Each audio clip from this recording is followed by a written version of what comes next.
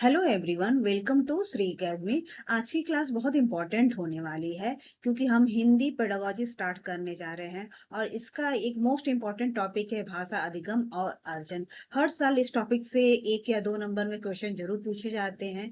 जो कोई भी टेट एग्जाम हो, सी टेट हो, यूपी टेट हो या एमपी टेट हो, तो हर साल ये बिल्कुल हिंदी पेडागोजी का एक तरीके से आप बेस भी समझ सकते हैं, फाउंडेशन भी है। सो बिना टाइम गवाए इस सेशन को हम लोग स्टार्ट करते हैं।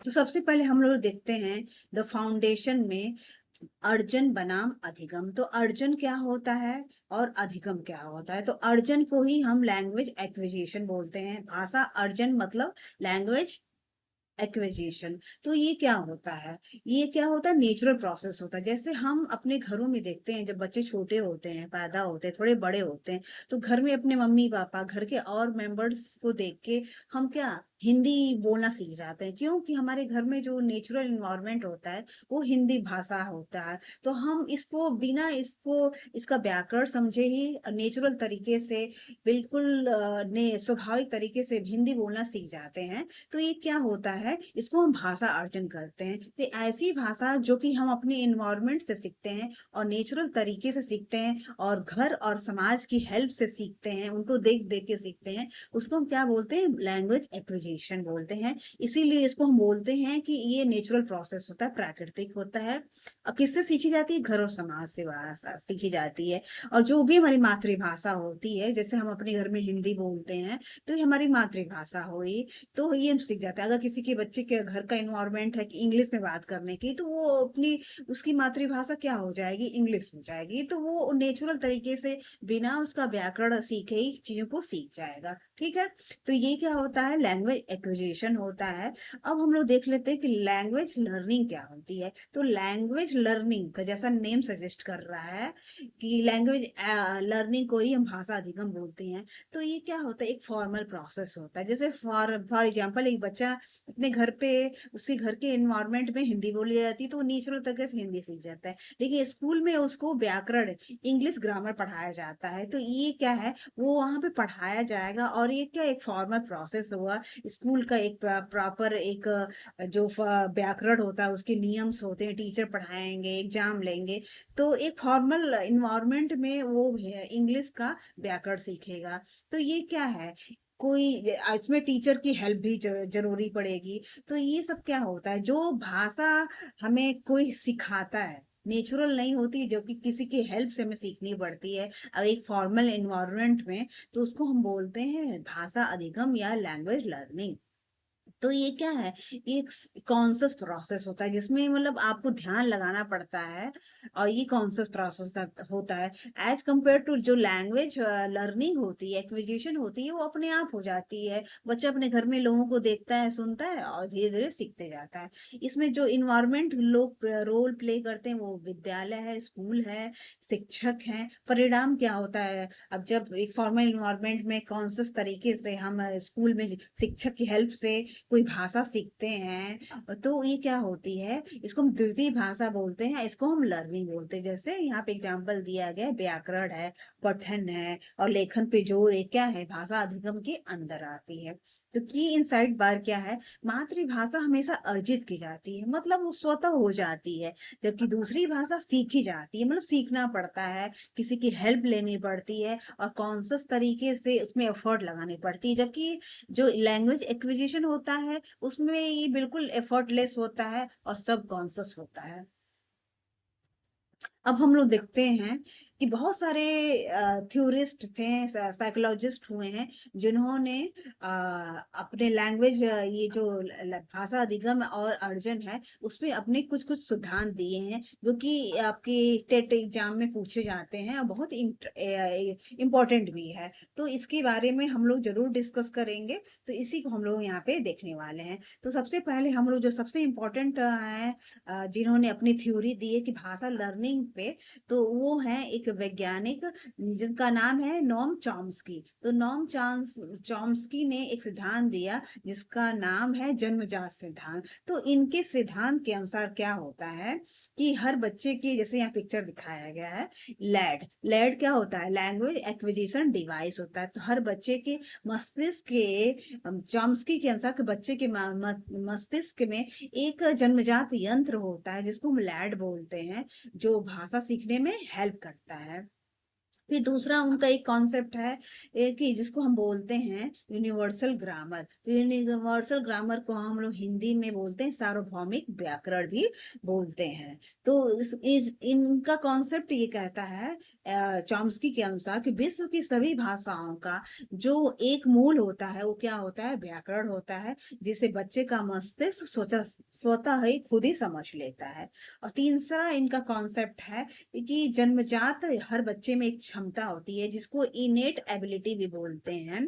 बच्चे भाषा सीखने की जो जैविक क्षमता होती है वो क्या होती है, वो जन्मजात होती है। और ये क्या होता है, समय के साथ धीरे धीरे जैसे बड़ा होता है तो वो पैदा होती जाती है। तो इस तरह हमने देखा कि चॉम्स्की ने तीन कॉन्सेप्ट दिए हैं जो कि जन्मजात सिद्धांत बोला जाता है। एक लैड है, एक यूनिवर्सल ग्रामर है, और उन्होंने बताया कि बच्चे के अंदर इनेट एबिलिटी होती है जो कि वे भाषा सीखने में उसकी हेल्प करती है।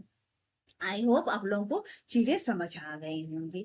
अब हम लोग देखते हैं कि बाकी भी जो थ्योरिस्ट हैं इनके भी कॉन्सेप्ट हम लोग समझ लेते हैं भाषा लर्निंग पे। तो इसमें देखिए क्या है, अब सेकंड है जिनके बारे में हम लोग डिस्कस करने वाले हैं वो है लेव वाइगोत्स्की। इनका जो सिद्धांत कहलाता है सामाजिक सांस्कृतिक सिद्धांत। आप लोगों को नाम पता रहना चाहिए, कई बार नाम भी पूछ लिया जाता है एग्जाम्स में। तो सामाजिक सांस्कृतिक सिद्धांत के अनुसार क्या होता है कि बाल्यवयस्क ने बताया कि बच्चा जो लर्निंग भाषा सीखता है वो समाज से इंटरेक्शन करके भाषा को ग्रहण करता है, सीखता है। तो इनके सिद्धांत में 4 कॉन्सेप्ट आते हैं जो कि बहुत इंपॉर्टेंट है, तो इसको हम लोग देख लेते हैं। तो उनके सिद्धांत के अनुसार देखिए पहला कॉन्सेप्ट है इनका सामाजिक अंतःक्रिया, सोशल इंटरेक्शन जिसको बोलते हैं। तो भाषा का विकास समाज और संस्कृति के साथ बातचीत से होता है। कहने का मतलब जब बच्चा बड़ा होता है थोड़ा सा तो समाज में, सबसे पहले तो समाज उसकी फैमिली होती है, पेरेंट्स होते हैं, घर के अदर मेंबर्स होते हैं, फिर अड़ोसी पड़ोसी फ्रेंड्स होते हैं, स्कूल जाता है तो वहां पे सबके साथ इंटरेक्शन करता है। तो धीरे धीरे सोशल इंटरेक्शन से और संस्कृति के साथ जब इंटरेक्शन करता है तो बच्चा क्या करता है, लैंग्वेज का बच्चे में विकास होता है। फिर उसके बाद दूसरा इनका कॉन्सेप्ट है जेडपीडी, जिसको हम बोलते हैं जोन ऑफ प्रॉक्सिमल डेवलपमेंट। इसको हिंदी में बोलते हैं समीपस्थ विकास का क्षेत्र। यह वह क्षेत्र है जहां बच्चा किसी वयस्क की मदद से सीख सकता है। जेडपीडी क्या होता है, जैसे यहाँ पे दिखाया गया है कि बच्चा स्वतंत्र रूप से क्या कर सकता है और बच्चा क्या नहीं कर सकता है। तो जेडपीडी उसमें ब्रिज का रोल प्ले करता है। जैसे एक बच्चा था, कर सकता था, ठीक है, कुछ चीजें बच्चा नहीं कर सकता, अभी उसके अंदर इतनी कैपेसिटी नहीं है कि बच्चा कर सके। तो फिर क्या होगा कि इसमें क्या होता है कि किसी वयस्क की हेल्प से क्या होता है, चीजों को सीख जाता है। तो वो क्या होता है, मोर नॉलेजेबल पर्सन को हम क्या बोलते हैं, एमकेओ होता है, जिसकी हेल्प से वो सीख जाता है। और जो जेडपीडी होता है वो ब्रिज की तरह से काम करता है बच्चे के लर्निंग प्रोसेस में। तो फिर पाड़ या ढांचा स्कैफ फोल्डिंग क्या होता है, इसमें क्या होता है, शिक्षक या एमकेओ मोर नॉलेजेबल पर्सन, जो बच्चा है जो लर्नर है उससे थोड़ा सा जो ज्यादा नॉलेजफुल पर्सन, कोई भी हो सकता है, पीयर ग्रुप में भी हो सकता है, फैमिली के भी हो सकते हैं, बाहर के भी लोग हो सकते हैं, बट मोर नॉलेजेबल अदर, ये जो होता है, ये क्या होता है, द्वारा जो दी गई जो अस्थाई हेल्प होती है उसको हम क्या बोलते हैं, स्कैफोल्डिंग कहते हैं। इसको एक तरीके से हम समझ सकते हैं, जैसे मान लीजिए जब बच्चे छोटे होते हैं, साइकिल चलाना नहीं सीख पाते हैं, तो उसके पेरेंट्स में स्पेशली अगर फादर हेल्प कर रहे हैं तो फादर क्या है, मोर नॉलेजेबल अदर है, वो तो क्या हो जाए, क्योंकि उसको बच्चे से ज्यादा उसको नॉलेज है फादर को, तो ये क्या होंगे, जो फादर है एमकेओ हो जाएंगे और बच्चे को हेल्प करेंगे। और ये उनका जो हेल्प होगा ये अस्थाई हेल्प होगा। शुरू में बच्चा क्योंकि साइकिल चलाना सीख नहीं आता है उसको, तो बार बार एफर्ट करेगा, गिरेगा, तो उसको हेल्प करेंगे अस्थाई रूप से। फिर एक टाइम आएगा कि बच्चा बिना किसी हेल्प के अपने अपने फादर की हेल्प के साइकिल चलाना सीख जाता है, तो फादर ने हेल्प करना जो होगा वो छोड़ देंगे और बच्चा अपने से सीख जाएगा। तो फादर का रोल क्या था, एमक्यू की तरह से होगा और स्कैफोल्डिंग की तरह से होगा। एक अस्थायी उन्होंने जो हेल्प किया कि जब भी बच्चा गिरने वाला था तो उसको हेल्प किया, उसको संभाला, फिर उसको मोटिवेट किया, तो बच्चा बार बार गलती करके सीखता गया। तो ये था फादर का एक स्कैफोल्डिंग था कि एक अस्थायी जो हेल्प होती है उसको हम स्कैफोल्डिंग बोलते हैं। और निच वर्क क्या होता है, प्राइवेट स्पीच जिसको बोलते हैं इंग्लिश में, जब बच्चे खुद से बोलकर अपने कार्यों को निर्देशित करते हैं तो इसको हम क्या बोलते हैं, प्राइवेट स्पीच बोलते हैं, या हिंदी में आत्म नियमन बोलते हैं। जैसे फॉर एग्जांपल आपने अपने घरों में देखा होगा, जब छोटे बच्चे होते हैं जब बोलना शुरू करते हैं, हार्डली 1-1.5 साल के अराउंड होते हैं, तो अपने हर चीज को जो भी मिलता है, पहले तो निर्जीव सजीव उनको पता नहीं होता है, तो हर चीज को बिल्कुल लिविंग ऑर्गेनिज्म की तरह से उसको ट्रीट कर, जैसे फॉर एग्जांपल एक मोबाइल हाथ में ले लेंगे तो उससे बात करने लगेंगे, तो ये बात को क्या करते हैं, ये इसको प्राइवेट स्पीच बोलते हैं। और ये बच्चे क्या होते हैं, इस तरह से क्या होता है, अपने विचारों को क्या करते हैं, ये रेगुलेट करते हैं। प्रोसेस होता है कि बच्चा खुद से सामने वाले को भी सजीव निर्जीव में डिफरेंस नहीं कर पाता है, तो चीजों को अपने विचारों को निर्देशित करता है। इसको हम क्या, जो खुद से बातें करते हैं उसको हम प्राइवेट स्पीच बोलते हैं। तो ले वाइगोस्की के अनुसार बच्चे में लर्निंग प्रोसेस कैसे होती है, उनके कहने का मतलब ये था कि जब बच्चे समाज से, फैमिली से इंटरेक्ट करते हैं तो उनके में भाषा डेवलप होती है। अब हम लोग देखते हैं नेक्स्ट आपका है कि विचार बनाम व्यवहार। तो पियाजे और स्किनर की थ्योरी का भी हम यहाँ पे जिक्र करने वाले हैं, क्योंकि इन्होंने भी लर्निंग पे बात की हुई है। तो देखिए इसमें क्या है, जीन पियाजे ने क्या बताया, जीन पियाजे का जो मुकोड जो सिद्धांत है वो आपको मैं इजी लैंग्वेज में समझा दे। तो जीन पियाजे ने बताया कि पहले विचार बच्चे में डेवलप होता है, फिर बाद में क्या होती है, भाषा आती है। ठीक है, तो इसमें जैसे यहाँ पे बताया गया कि विचार भाषा से पहले आते हैं, और जो इनका कॉग्निटिव डेवलपमेंट, इनकी जो थ्योरी उन्होंने दी थी उसको संज्ञानात्मक विकास बोलते हैं, इंग्लिश में कॉग्निटिव डेवलपमेंट बोला जाता है। तो संज्ञानात्मक विकास जो होती है वो भाषा को जन्म देती है, किसके अनुसार, जीन पियाजे के अनुसार। और जीन पियाजे ने बताया, जैसे अभी हमने पीछे जो बात की कि प्राइवेट स्पीच थी, ये किसके किसके सिद्धांत के अनुसार था, ले वाइगोस्की के सिद्धांत के अनुसार। लेकिन जी जो प्राइवेट स्पीच है वो जीन पियाजे के अनुसार क्या होता है, ईगोसेंट्रिक स्पीच बोलते हैं, क्योंकि बच्चे दुनिया को केवल अपने नजरिए से, जीन पियाजे ने बताया कि बच्चे दुनिया को अपने नजरिए से देखते हैं, और जो ये बातें करते हैं, जो खुद से जो टॉक करते हैं, इसको ईगोसेंट्रिक स्पीच का नाम इन्होंने दिया। अब हम लोग बीएफ स्किनर की भी बात कर लेते हैं। तो बीएफ स्किनर ने क्या बताया कि जो बच्चा जो भाषा सीखता है वो पर्यावरण द्वारा निर्धारित होती है, और इसमें जो प्रोसेस होती है, इसमें जो बच्चा सीखता है, इमिटेशन से सीखता है। इमिटेशन क्या होती है, नकल करना। जैसे हाँ, छोटा बच्चा हो तो अपने पेरेंट्स को देखता है, घर के अदर मेंबर्स को देखता है, माँ को देखता है, अपने भाई बहनों को देखता है, तो उनसे क्या होता है, देखता है तो उसको इमिटेट करता है, अनुकरण करता है। इसको नकल करने को ही इमिटेशन बोलते हैं या अनुकरण बोलते हैं। और पुनर्बनल क्या होता है, री इन्फोर्समेंट मतलब प्रैक्टिस। तो मतलब बच्चा देखता है, नकल करता है और बार बार उसको प्रैक्टिस करता है, तो इससे बच्चे में इसका लैंग्वेज डेवलप होती है। जैसे इन्होंने उदाहरण दिया है, जैसे माता पिता द्वारा बच्चे के सही शब्द बोलने पर उसकी प्रशंसा करना, ये क्या होता है, री इन्फोर्समेंट होता है। उन्होंने बताया कि जब वैसे कोई बच्चा है, उसने देखा, सीखा, तो बच्चे ने सही शब्द का उपयोग किया, तो जब छोटा बच्चा है, जब लर्निंग फेज में है, तो पेरेंट्स सुनते हैं तो खुश होते हैं, तो उसको क्या करते हैं, शाबाशी देते हैं, प्रशंसा करते हैं। तो इस तरह से क्या होता है, ये जो पॉजिटिव बिहेवियर होता है, ये क्या होता है, रिवॉर्ड होता है, ये री इन्फोर्समेंट का काम करता है। तो जिससे बच्चे में अब नेक्स्ट टाइम और मोटिवेशन आएगी, तो और वो चीजों को सीखने का प्रयास करेगा और अच्छा परफॉर्म करने का प्रयास करेगा। तो ये क्या होता है, बीएफ स्किनर। तो बीएफ स्किनर के जो सिद्धांत में इमिटेशन और रीइंफोर्समेंट मतलब रिवॉर्ड का बहुत इंपॉर्टेंट रोल है, कि जो भी जब भी बच्चा अच्छा व्यवहार करता है तो रिवॉर्ड दिया जाता है, तो उसका जो लर्निंग कैपेसिटी बढ़ जाती है। अगर निगेटिव रीइंफोर्समेंट दिया जा रहा है तो उसको जो बैड हैबिट्स हैं, बैड चीजें हैं, वो कम हो जाती है, ये कहने का मतलब है। आई होप आप लोगों को चीजें यहाँ तक समझ आ गई होंगी। अब हम लोग देखते हैं स्टीफन क्रैशन का रूल क्या है। तो स्टीफन क्रैशन का जो रूल है उसको हम I+1 सिद्धांत भी बोलते हैं। तो इसमें क्या I+1 क्या होता है, तो क्रैशन के अनुसार बच्चा भाषा तब अच्छी तरह से सीखता है जब जब उसकी क्या स्थिति क्या है, यहाँ पे पिक्चर में दिखाया है कि वर्तमान में एक बच्चे की स्थिति क्या है, आई है, ठीक है, और उसको कहाँ पे लेके जाना है, और थोड़ा सा कठिन स्टेज जो है, जो लैंग्वेज जिसको +1 हम बोल रहे हैं, वो लैंग्वेज इनपुट से मिले, तो इसको हम क्या बोलते हैं, जैसे यहाँ पे क्या है, वर्तमान स्थिति आई है, और इसको बच्चे का जो सेकंड है जहां पे उसको पहुंचाना है, I+1, ये स्टेज पे पहुंचाना है, ये उससे क्या होता है कि उससे थोड़ा सा कठिन स्टेज वाला है। तो ये क्या होता है, ये बहुत अत्यधिक कठिन नहीं होता है, ठीक है। तो इसमें क्या चीजें रोल प्ले करती हैं उसको भी हम लोग देख लेते हैं।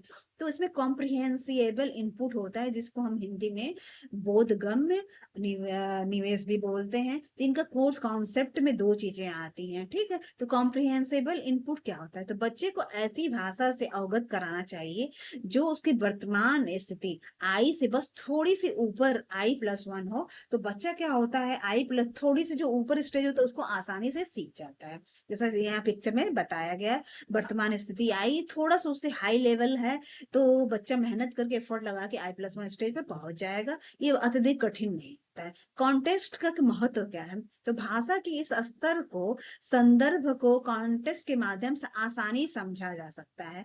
तो क्या होता है कि थोड़ा सा लेवल ऊपर है तो बच्चा एफर्ट करके उस स्टेज पे पहुंच सकता है। अब क्लासरूम एप्लीकेशन क्या है, तो शिक्षक के लिए कक्षा में बच्चों के स्तर को समझें और उन्हें ऐसी पाठ दें जो चुनौतीपूर्ण हो लेकिन समझ से बाहर ना हो, क्योंकि शिक्षक का रोल बहुत इंपॉर्टेंट होता है।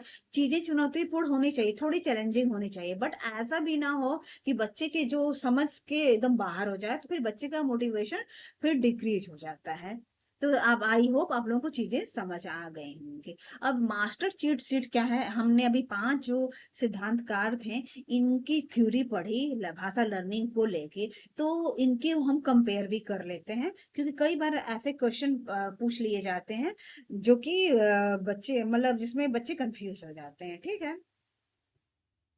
अब हम सिद्धांत जो थ्योरिस्ट हैं इनको देख लेते हैं, जैसे नॉम चॉम्स्की के अनुसार उनकी जो की कॉन्सेप्ट क्या था, भाषा में बच्चे में भाषा अर्जन यंत्र लैड होता है, और हर बच्चे में जन्मजात क्षमता होती है, इनेट एबिलिटी होती है। कक्षक में अनुप्रयोग क्लासरूम ऐप क्या होगा, बच्चों को स्वाभाविक रूप से बोलने का अवसर दिया जाए, ठीक है। लेव वाइगोस्की के अनुसार सामाजिक अंतःक्रिया, ZPD, स्कैफोल्डिंग और नेटवर्क जो होते हैं की कॉन्सेप्ट हैं भाषा लर्निंग में।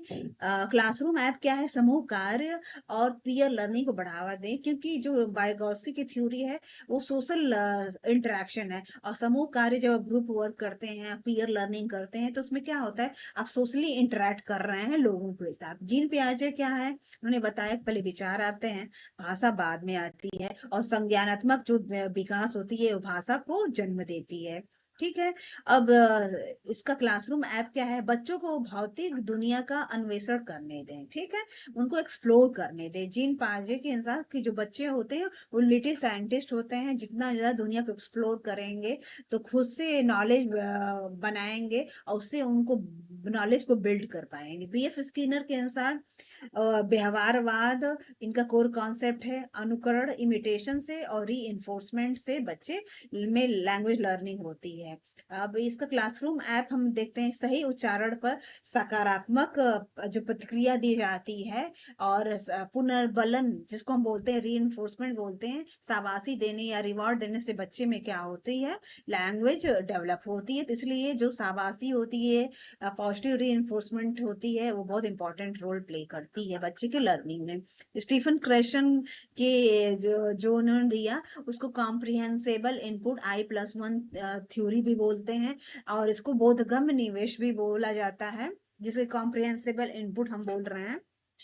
अब बच्चों के वर्तमान और स्तर से थोड़ा सा ऊपर का जो साहित्य दें, तो क्या होगा कि बच्चा उसमें फिर धीरे धीरे वो चीजें सीख जाता है। अब हम लोग देखते हैं LSRW फ्रेमवर्क, तो ये क्या है? तो यहाँ पे भाषा कौशल की हम लोग अब डिस्कस करने वाले हैं। तो भाषा कौशल क्या है? LSRW फ्रेमवर्क एक अखंड चक्र। तो एल जैसा नाम है, तो एल को हम बोलते हैं इंग्लिश में लिसनिंग। एस क्या है आपका?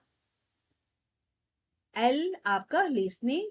आपका दूसरा टॉपिक है एस स्पीकिंग। फिर इसका तीसरा है रीडिंग और चौथा है राइटिंग। तो अब हम लोग क्या करेंगे कि हम लोग देखेंगे कि LSRW क्या है, इसमें क्या क्या रोल चीजें इंपॉर्टेंट इसमें क्या क्या चीजें हैं, ये इसी भाषा कौशल में LSRW का क्या रोल है। तो LSRW का देखिए, ये भाषा सीखने के 4 प्रमुख कौशल हैं, इसीलिए इसको हम बोलते हैं भाषा कौशल। ऐसी चीजें जो भाषा को सीखने में बहुत इंपॉर्टेंट रोल प्ले करते हैं, उनको हम बोलते हैं भाषा कौशल। ठीक है, तो उसमें सबसे पहला आता है आपका लिसनिंग। तो देखिए, ध्यान से सुनकर समझने की जो क्षमता होती है, उसको हम क्या बोलते हैं? लिसनिंग स्किल बोलते हैं। ठीक है, तो ध्वनि को सुनना और अर्थ समझना, ये क्या होता है? आपका आधारभूत कौशल होता है। ठीक है, तो ध्वनि को सुनना और अर्थ समझना आधारभूत कौशल है, और ये क्या है? लिसनिंग है। ठीक है,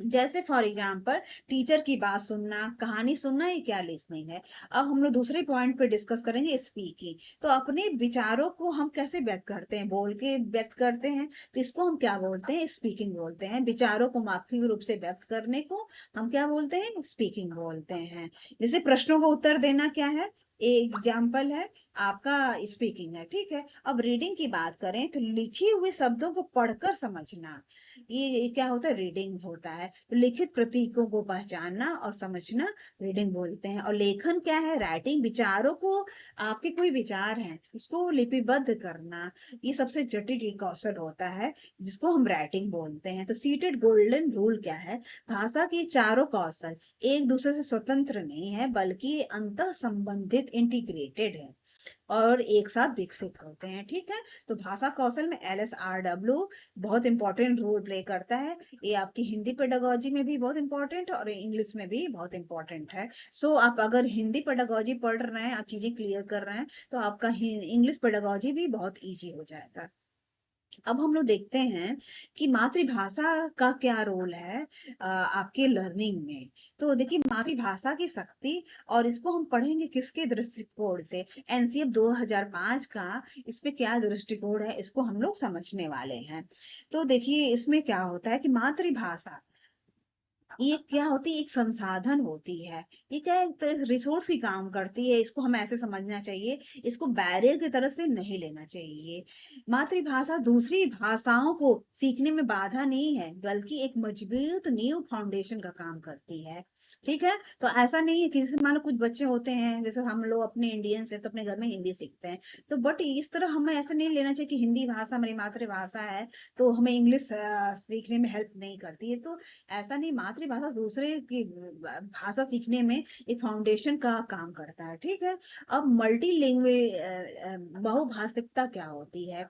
तो बहुभाषिक कक्षा एक क्या है? संसाधन है, और शिक्षक को बच्चों की घर की भाषा जो होम लैंग्वेज है उसका सम्मान करना चाहिए, और उसे कक्षा में पुल ब्रिज की तरह इस्तेमाल करना चाहिए। ठीक है, जैसे मैंने बताया कि आपके हर बच्चे के घर का अलग इन्वायरमेंट होता है, और जो उसको ब्रिज की तरह से हेल्प करना चाहिए। तो ठीक है, तो ये कई बार पूछ लिया जाता है कि बहुभाषिकता क्या है? एक बैरियर है या संसाधन है? तो आपको कंफ्यूजन क्लियर होना चाहिए, ये संसाधन की तरह से काम करता है।